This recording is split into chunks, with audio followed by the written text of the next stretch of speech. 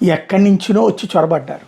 ఈ చొరబడ్డటువంటి వాళ్ళని అక్కడ గిరిజన ప్రాంతాల్లో పోనీలే అని చెప్పి బ్రతకడానికి అనుమతించారు.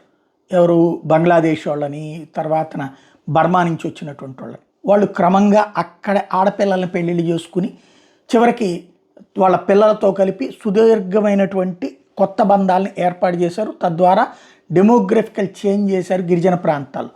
ఇదంతా ఒక ఎత్తు అయితే, ఇప్పుడు మేఘాలయలో ఉన్నటువంటి ఈ గ్రూపు, వీళ్ళని కంగ్లూస్ అని పిలుస్తుంటారు, వీళ్ళు ఐఎస్ఐఎస్ తోటి టైఅప్ అయ్యారు.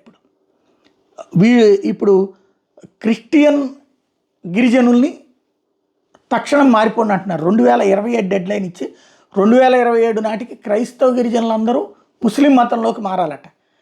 అంటే అక్కడ ఏమైంది, మొదట గిరిజనుల్ని క్రైస్తవ మత మార్పిడి చేశారు బ్రిటిష్ వాళ్ళ టైంలో.